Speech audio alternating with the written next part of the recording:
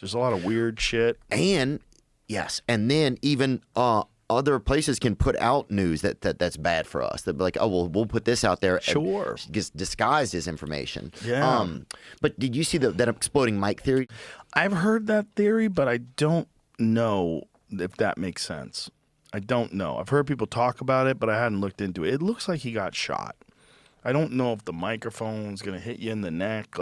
But then the place where it sounds like a gunshot, though. And there's a delay between the gunshot and the impact in terms of, like, acoustic readings. And I think somebody did an analysis of the distance they believe the shot was taken from based on the sound.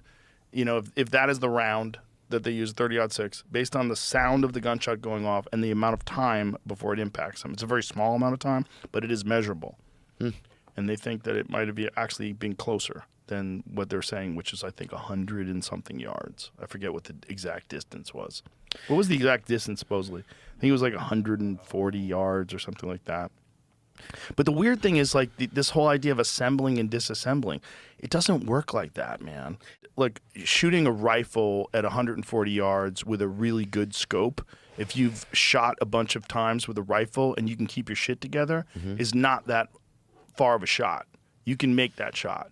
People can make that shot. He wasn't even wearing a bulletproof vest, even though he did obviously get hit in the neck.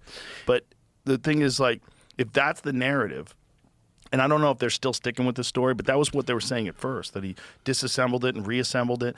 Reassembling a gun does not make it accurate. You have to zero a rifle in. And what that involves you get to, like, whatever the yardage are that you're trying it out, like 100 yards, and, you know, you squeeze off a trigger, and then you look through the binoculars, or you have a spotter with a scope next to you, and he says 6 inches high right, and so then you adjust it, adjust the scope, and then you get it where it's firing, and you do it on a rest. It takes a few shots, man. So you have a rest so that you're not moving the rifle around where it can be human error can be attributed to the miss. And if you're on a hot roof, that was a hot roof, wasn't it? Most official and media accounts put the shot at roughly 200 yards, with some investigative timelines suggesting a range of about 150 to 200 yards from so somewhere between 150 and 200 yards. But dude, and also being on a hot roof. Have you ever been on a hot roof? I have. Dude, it's hot. Well, it wasn't that hot. Well, yeah, it was. It was September. September in Utah, actually not that hot. It sounds hot. Yeah, I don't think it was. Because this was happening while I was out elk hunting.